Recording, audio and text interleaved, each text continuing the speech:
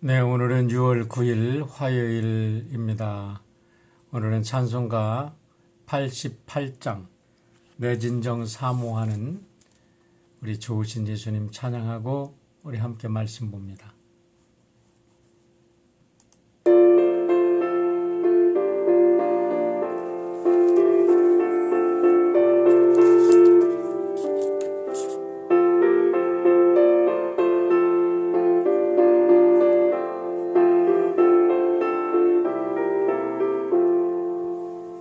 내 진정 사모하는 친구가 되시는 구주 예수님은 아름다워라. 산 밑에 백합화요 빛나는 새벽별 주님 영원할 길어주옵도다. 내 맘이 아플 적에 그 위로 되시며 나 외로울 때 좋은 친구라. 주는 저 산 밑에 백합 빛나는 새벽별 이 땅 위에 비길 것이 없도다. 내 맘의 모든 염려 이 세상 보라카 주님 항상 같이 하여 주시고 시험을 당할 때에 악마의 개교를 즉시 물리치사 나를 지키네. 언제형을 버려도 주 예수 안 버려 끝까지 너를 바라보시니. 주는 저 산 밑에 백합 빛나는 새벽별 이 땅 위에 비길 것이 없도다.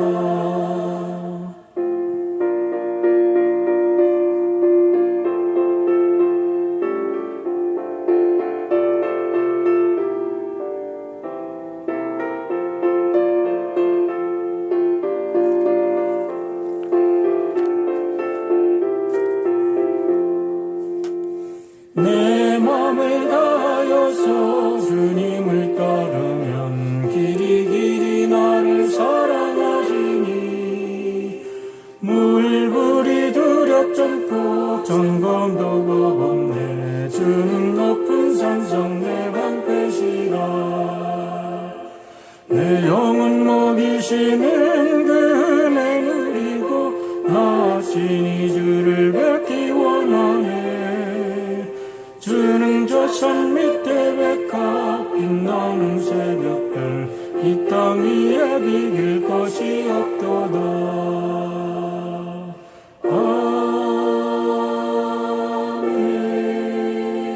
아멘. 기도하겠습니다. 자비로우신 아버지 하나님 감사합니다. 오늘도 우리들의 호흡을 주장하시고 우리의 사랑하는 가족과 친구들과 이웃을 허락하여 주심을 감사합니다. 우리에게 주어진 것들로 인하여 감사할 것이 아니라 그저 하나님께서 우리 아버지 되심을 인하여 감사하게 하시고 그 감사로 인하여 우리가 이 땅에 존재하는 것과 우리 곁에 귀한 하나님의 백성들이 있는 것으로만으로도 감사할 수 있는 우리 모두가 될 수 있도록 인도하여 주시옵소서. 우리 곁에 있는 친구들이 무엇을 가져서 나의 친구가 아니라 그저 내 곁에 있는 것만으로도 감사할 조건을 찾게 하시고 또 나 또한 그들에게 좋은 친구가 될 수 있는 우리 모두가 되도록 사랑하는 성도 한 번 한 번 붙잡아 주시고 인간의 가진 쓸데없는 것 가지고 사람을 평가하고 판단하고 정죄하는 어리석은 범하지 아니하도록 주님 우리들에게 자비와 긍휼을 베풀어 주시옵소서.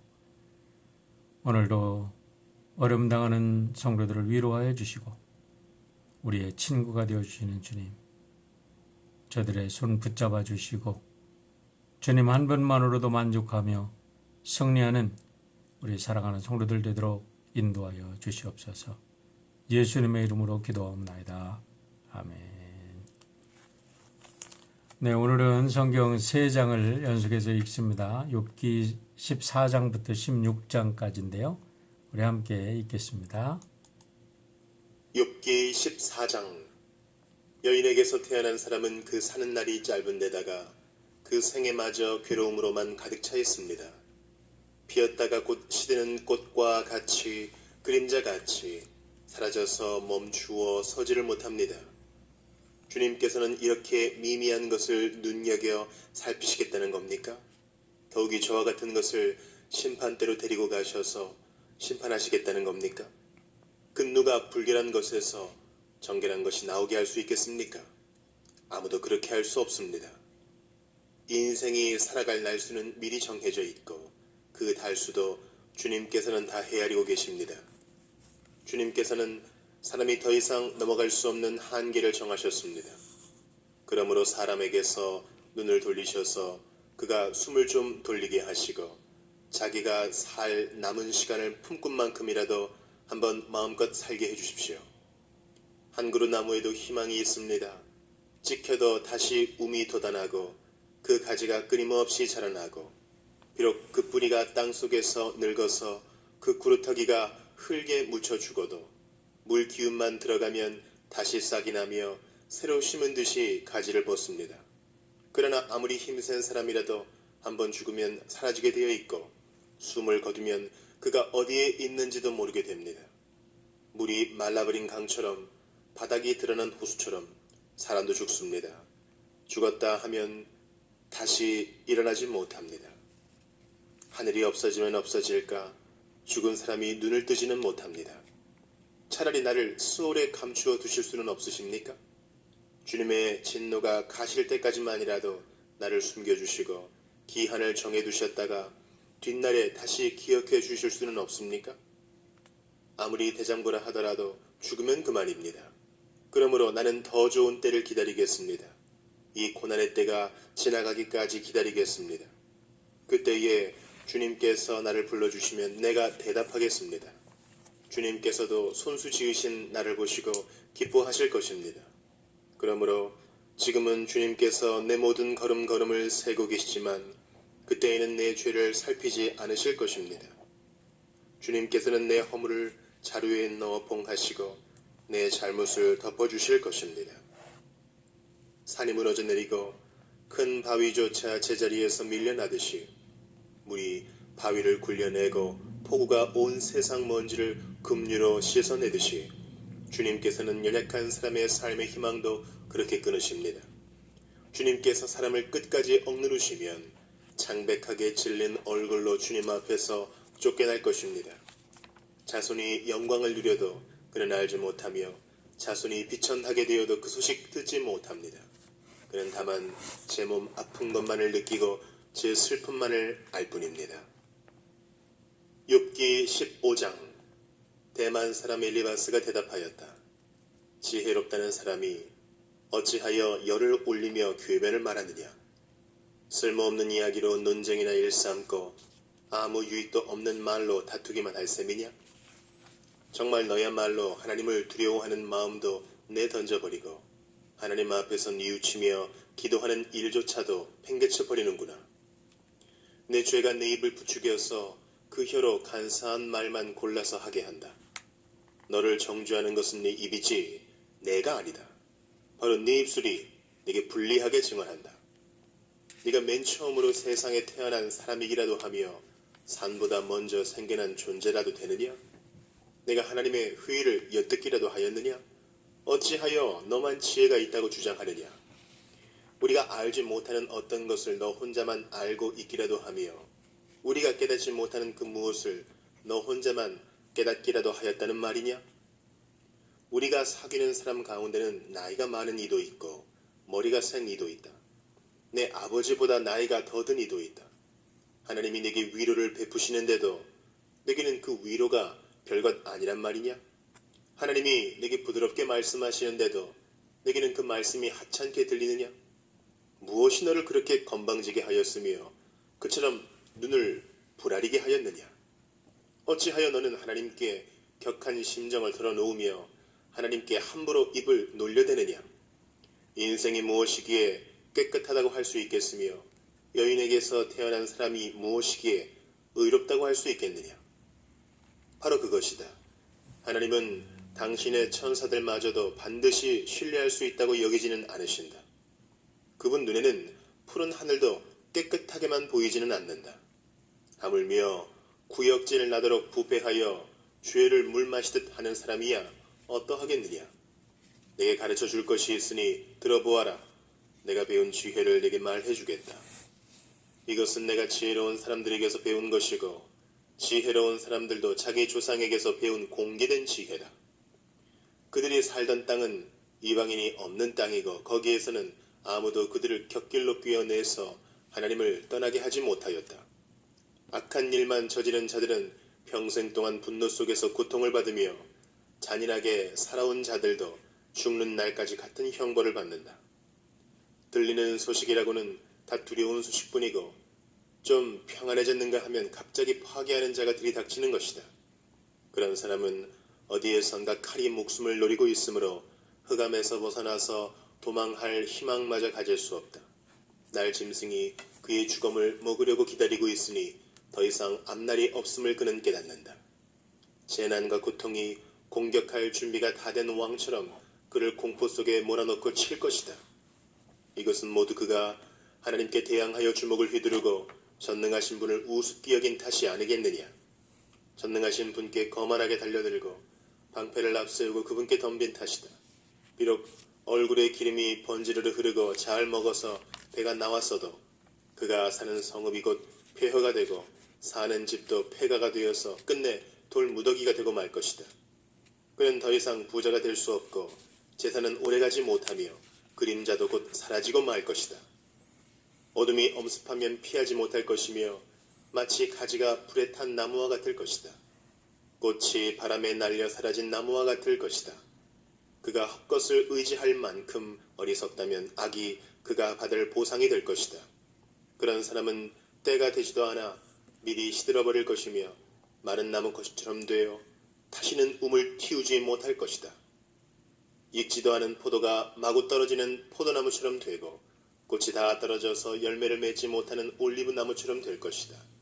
하나님을 두려워하지 않는 무리는 이렇게 메마르고 뇌물로 지은 장막은 불에 탈 것이다. 재난을 잉태하고 죄악만을 낳으니 그들의 뱃속에는 거짓만 들어있을 뿐이다. 욥기 16장. 욥이 대답하였다. 그런 말은 전부터 많이 들었다.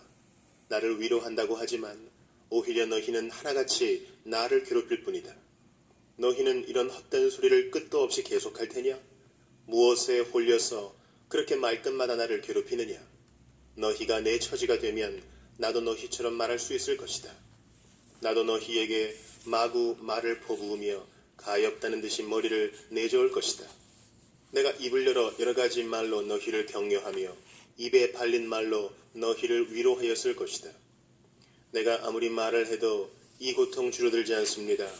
입을 다물어 부어도 이 아픔이 떠나가지 않습니다. 주님께서 나를 기진맥진하게 하시고 내가 거느리고 있던 자식들을 죽이셨습니다. 주님께서 나를 체포하시고 주님께서 내 적이 되셨습니다. 내게 있는 것이라고는 피골이 상접한 앙상한 모습뿐입니다. 이것이 바로 주님께서 나를 치신 증거입니다. 사람들은 피골이 상접한 내 모습을 보고 내가 지은 죄로 내가 벌을 받았다고 합니다.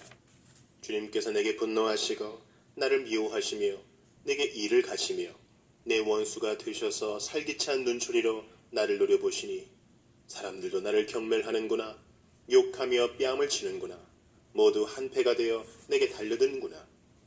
하나님이 나를 범법자에게 넘겨버리시며 나를 악한 자의 손아귀에 내맡기셨다. 나는 평안히 살고 있었는데 하나님이 나를 으스러뜨리셨다. 내 목덜미를 잡고 내던져서 나를 부스러뜨리셨다. 그가 나를 세우고 관역을 삼으시니 그가 쏜 화살들이 사방에서 나에게 날아든다. 그가 사정없이 내 허리를 뚫으시고 내 내장을 땅에 쏟아내신다. 그가 나를 갈기갈기 찢고 또 찢으시려고 용사처럼 내게 달려드신다. 내가 맨살에 베옷을 걸치고 통곡한다. 내 위세를 먼지 속에 묻고 여기 이렇게 시궁창에 앉아있다. 하도 울어서 얼굴마저 핏빛이 되었고 눈꺼풀에는 죽음의 그림자가 덮여있다. 그러나 나는 폭행을 저지른 일이 없으며 내 기도는 언제나 진실하였다. 땅아, 내게 닥쳐온 이 잘못된 일을 숨기지 말아라. 애타게 정의를 찾는 내 부르짖음이 허공에 흩어지게 하지 말아라. 하늘에 내 증인이 계시고 높은 곳에 내 변호인이 계신다. 내 중재자는 내 친구다. 나는 하나님께 눈물로 호소한다. 사람이 친구를 위하여 변호하듯이 그가 하나님께 내 사정을 아뢰다. 이제 몇 해만 더 살면 나는 돌아오지 못하는 길로 갈 것이다. 네, 욥기는 어려운 데다가 이 세 장을 한꺼번에 읽고 해석을 한다고 그러니까 사실은 더 막막합니다. 그렇기 때문에 오늘은 뭐 일일이 다 우리가 해석을 할 수 없고 전체적인 개요만 말씀을 드리고 한두 가지만 말씀을 드리려고 합니다. 우선 11장에서 세 번째 친구 소발이 욥을 비난했는데 욥을 비난하는 소발의 말을 분석해 보면 이 소발이라는 자는 굉장히 자기 의가 강한 도덕론자로서 너무나 무례하고 독선적인 사람임을 알 수가 있습니다. 소발이 고통당하는 욥에게 와서 첫 마디 내뱉은 것이 뭐냐면 내 말은 다 헛소리다. 내 헛소리를 두고 누가 잠잠할 수 있겠느냐 하면서 이제 등장을 합니다.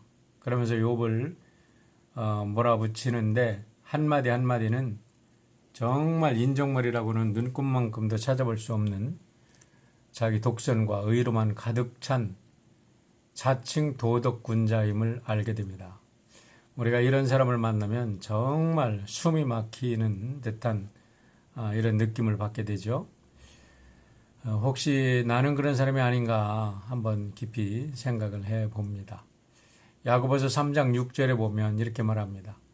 혀는 곧 불이요 불의의 세계라. 혀는 우리 지체 중에서 온몸을 더럽히고 삶의 수레바퀴를 불사르나니 그 사르는 것이 지옥불에서 나느니라 라고 말씀하고 있습니다. 사랑이 없이 욥을 비난하는 소발의 혀는 정말 날카롭고도 욥의 심장을 드러내는 듯한 아픔을 주었음이 분명합니다.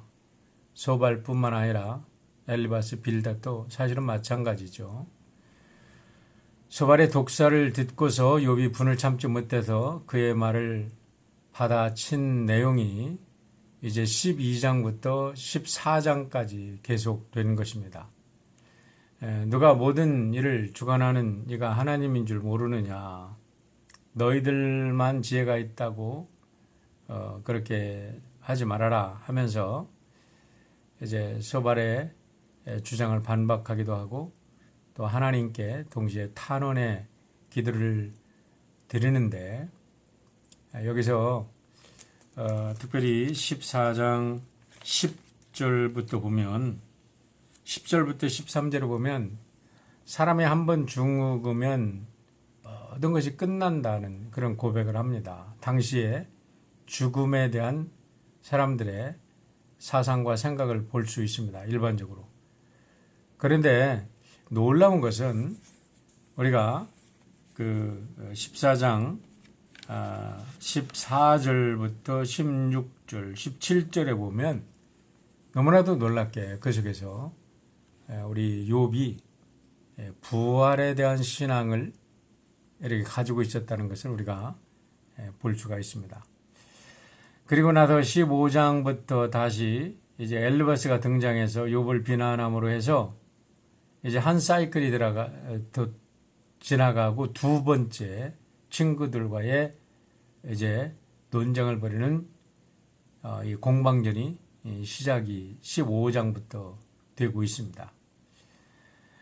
결국 오늘 14장은 소발의 비난에 대한 욥의 자기 변호이고 15장은 엘리바스의 2차 비난이면서 16장, 17장까지 욥이 엘리바스에 대한 자기의 2차 방어전에 이제 들어가서 2차 반박문을 낸 내용입니다. 아까도 말씀드리지만 14장에서 특별히 한 가지 생각할 것은 10절로 13절에서 아까 말씀드린 대로 당시의 사람들의 죽음에 대한 생각입니다. 당시 사람들이 욥이 지혜자라고 생각했고 또 최고의 신학자라고 생각했을 경우에 욥의 생각이 당시 모든 사람들의 일반적인 생각이라고 볼 때 그들에게는 죽음 이후의 세상은 없다고 생각한 거죠. 모든 나무와 꽃들은 죽었다가 다시 싹이 나고 피어나지만 인간은 한 번 죽으면 끝이라고 그렇게 고백을 합니다. 그러면서 놀랍게 욥은 이제 당시에 모든 사람의 일반적인 죽음에 대한 생각을 뛰어넘는 그런 부활에 대한 신앙을 어렴풋하게나마 14절부터 17절까지 고백합니다. 14절부터 17절에 이 말씀을 기쁨의 언덕에서 사용하고 있는 English Standard Version을 그대로 그 파트만 제가 다시 해석을 해보았어요. 그냥 영어로 다시 해석을 해보면 이렇게 다른 의미로 해석이 될 수 있다고 봅니다. 만일 사람이 죽으면 정말로 다시 살아날 수 있겠습니까? 이렇게 이제 묻는 거죠.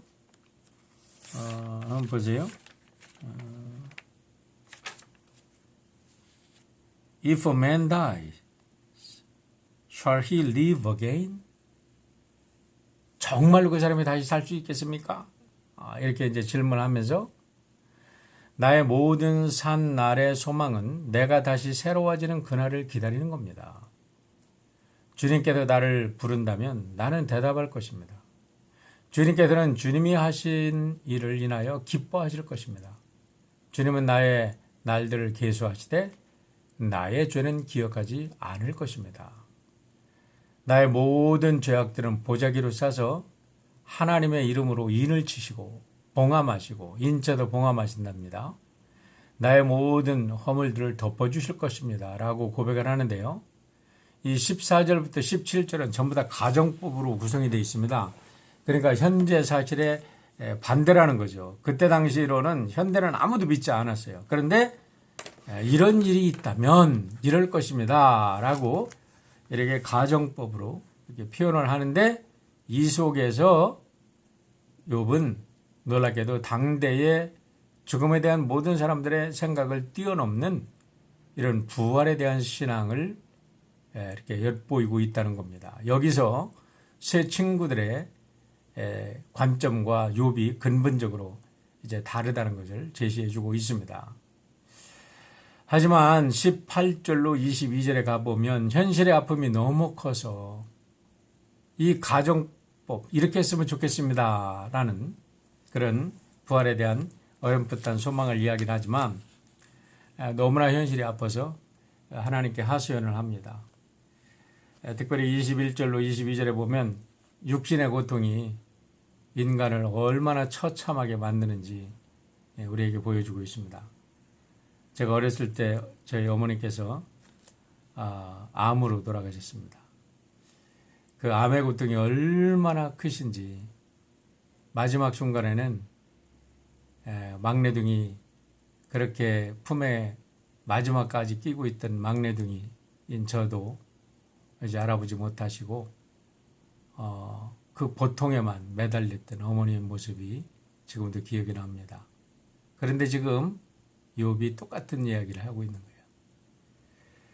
그의 아들들이 존귀하게 되어도 그가 알지 못하며 그들이 비천하게 되어도 그가 깨닫지 못하나이다.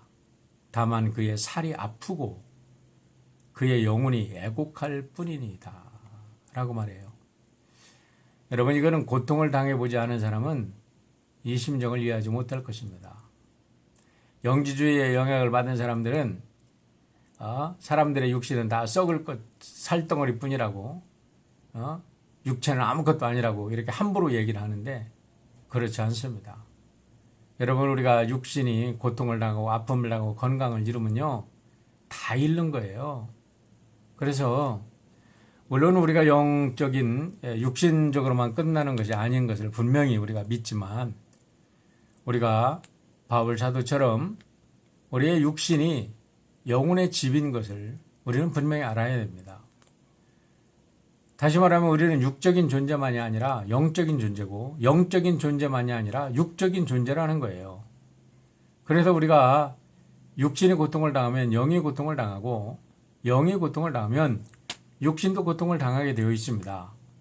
육신의 장막이 이 땅에서 무너지면 나라는 존재는 더 이상 이 세상에서 인정받을 수도 없고 존재할 수 없는 이런 존재죠. 왜냐하면 영적인 세계로 돌아가고 영혼은 볼 수 없기 때문에 그렇습니다. 그래서 내가 이 땅에 존재하면서 이 세상에서 하나님이 주신 생명의 복을 누리며 사람들과 함께 나누는 것은 육신이 있을 때만의 이런 주어진 시간과 이 육신에 있는 공간 안에서만 가능한 겁니다. 그렇기 때문에 할 수만 있으면 여러분 건강하셔야 됩니다. 사랑하는 성도 여러분, 여러분의 몸은 하나님의 성령의 전입니다.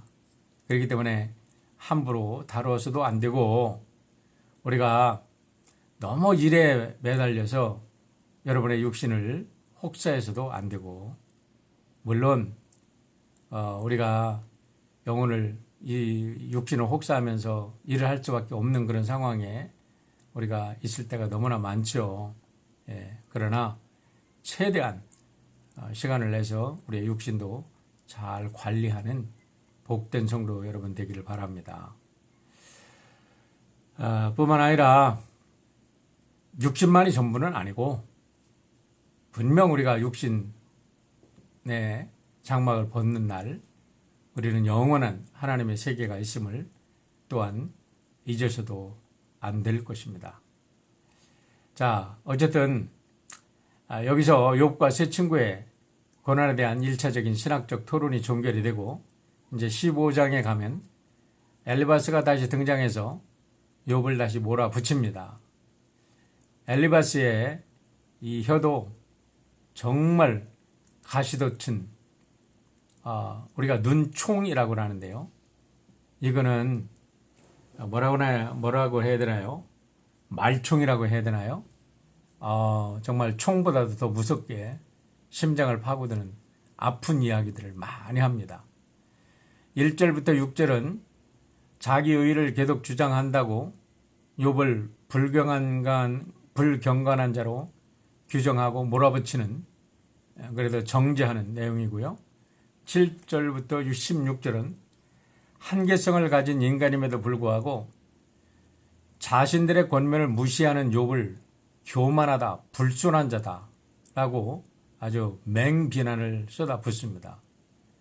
그리고 17절부터 35절은 하나님을 두려워하지 않고 회개하지 않는 악인이 받을 고통과 심판을 묘사하면서 지금 내가 받는 고난은 분명히 죄의 결과다 하면서 결국은 앞서서 말씀드렸던 인과응보라는 자신의 고정관념을 버리지 못하고 욥의 삶을 지금 하나님의 그 고통을 통해서 욥을 단련시켜가는 하나님의 그 큰 뜻을 깨닫지 못하고 욥을 그냥 몰아붙이고만 있는 것입니다.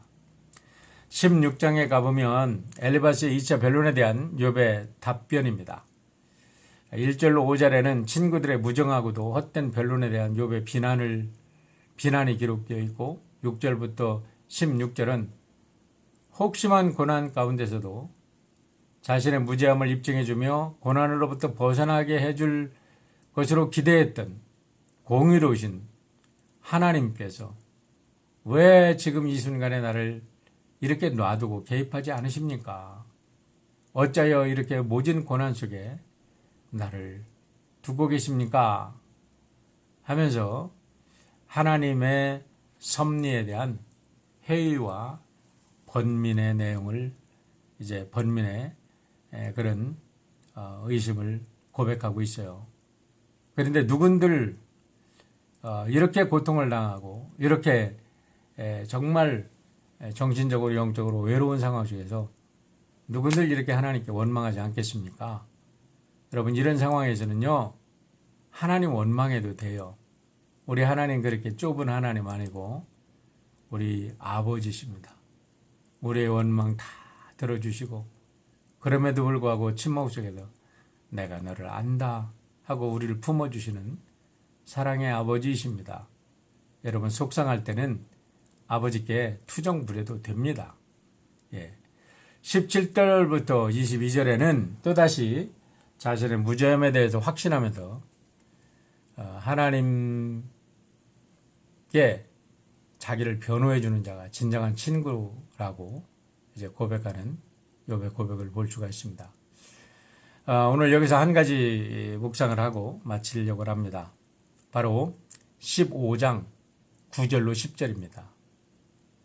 내가 아는 것을 우리가 알지 못하는 것이 무엇이냐? 엘리바스의 비난이에요. 내가 깨달은 것을 우리가 소유하지 못하는 것이 무엇이냐? 우리 중에는 머리가 흰 사람도 있고 연로한 사람도 있고 내 아버지보다 나이가 많은 사람도 있느니라 그럽니다. 여러분 여기서 우리 중에가 누굴까요?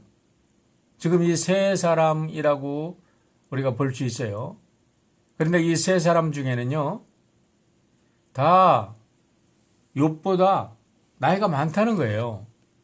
머리가 흰 사람도 있고 연로한 사람도 있고 내 아버지보다 나이가 많은 사람도 있다. 이게 무슨 소리예요? 다 나이가 많다는 소리죠. 그런데요, 이 말이 참 재미있는 말입니다. 여기서 우리가 한번 정말로 우리 자신들을 반성해 봐야 됩니다. 여기서 처음으로 엘리바스가 자기들이 어떤 사람들인지 그리고 욥이 평소에 사귀었던 친구라는 사람들 그리고 욥의 자존심을 높여줬던 사람들이 과연 누구인지를 알게 됩니다. 보세요. 욥이 모든 것에서 부족함이 없고 풍요로움 속에서 있을 때 욥은 멀리 있는 아라비아 사람들 중에서 아라비아의 위대한 학자요, 철학자요 이런 사람들과 교류를 하면서 자기의 존재감을 세상에 드러낸 사람인지 모릅니다. 야, 역시 욥은 대단해. 욥은 뭐 부자야. 애들도 잘 가르쳤어. 그리고 신앙도 좋아. 그런데 사귀는 사람들도 보면 정말 수준급이야. 정말 당대에 날고 긴다는 신학자들과 철학자들, 명망이 높은 저런 지혜자들과 사겨. 역시 욥은 대단한 분이야. 이러면서 자기의 존재를 그들과 사귀면서 자기 존재감을 이제 인정받고 또 사람들 앞에 은근히 자기를 자랑했는지도 모르겠어요. 한번 보세요. 왜 그 멀리 사람들이 욥을 어린 나이에 욥을 찾아와서 그와 함께 교제했겠습니까? 욥이 부자죠. 욥이 똑똑해죠. 욥이 지혜자죠. 여기 보면 지혜자라고 하는 내가 뭐 이러면서 몰아붙이는 거 보면 욥도 그들과 신학적 토론을 했고 지혜자로 인정받았던 사람입니다. 그런데 문제는 욥이 모든 것을 잃어버렸을 때 그들은 찾아와서 마치 욥을 벌레 보듯 하며 죄인으로 몰아세우고 이루 말할 수 없는 독소를 퍼붓고 있다는 겁니다. 참 서글픈 장면입니다. 여러분, 여러분의 친구는 어떻습니까? 나는 어떻습니까? 내 옆에 있는 친구들은 누구입니까? 나는 나의 친구들에게 어떤 존재입니까? 대부분 사람들은 내가 어떤 친구를 사귀고 있어 그러면서 자기를 드러내려고 하죠. 그런데 여러분 그게 다 헛된 것이라는 거예요. 자기가 모든 것을 잊어버렸을 때, 잃었을 때도 정말 내 곁에 와서 내 손 잡아줄 수 있는 그리고 나를 위로할 수 있는 친구가 몇이나 있겠습니까? 내가 모든 것을 가졌을 때는 친구인 줄 알았는데 막상 내가 모든 것을 잃고 보니까 친구란 놈들은 한 명도 없는 거예요. 오히려 나를 비난하고 내가 스틸 그들의 친구가 될까봐 겁내면서 아주 정나미가 뚝 떨어지도록 나를 시궁창에 던져버리는 그런 모습이 오늘 욥기에서 오늘 우리 친구들의 모습 속에도 보게 되는 것입니다. 사랑하는 성도 여러분, 이 땅에 인간은 끝까지 친구가 될 수 없어요. 너무 오해하지 마세요. 서글퍼하지도 마세요. 그게 인간이에요. 우리들의 영원한 친구, 죽음 넘어서도 영원히 우리의 손을 잡아주실 분, 오직 한 분, 우리의 진실한 친구, 예수 그리스도, 그분이신 줄 믿습니다. 나아가서 예수님께서 진정한 우리의 친구가 되어주신 것을 믿는다면 이제는 그 예수님 손잡고 나도 누군가의 진실한 친구가 되어줄 수 있는 우리 모두가 되기를 주님의 이름으로 축원합니다. 기도하겠습니다. 아버지 하나님 감사합니다. 오늘 욥과 친구들의 논쟁을 보면서 우리들의 모습을 한번 점검해 보았습니다. 과연 나의 친구는 누구이며 나는 다른 사람들에게 어떤 친구였는지 주님 하나님 앞에서 진실한 사람 되게 도와주시고 모든 사람을 대할 때 정말 하나님의 사랑받는 귀한 자녀임을 믿고 진실한 친구로 대할 수 있는 우리 한 사람 한 사람 될 수 있도록 인도하여 주시옵소서. 사랑하는 성도들 지켜주시고 오늘도 아픔 중에 있는 성도들 찾아가 주셔서 저들의 참 친구가 되어주시는 주님 감사합니다. 저들을 축복하여 주시옵소서. 예수님의 이름으로 기도하옵나이다. 아멘. 오늘도 주 안에서 복된 하루 되시길 바랍니다.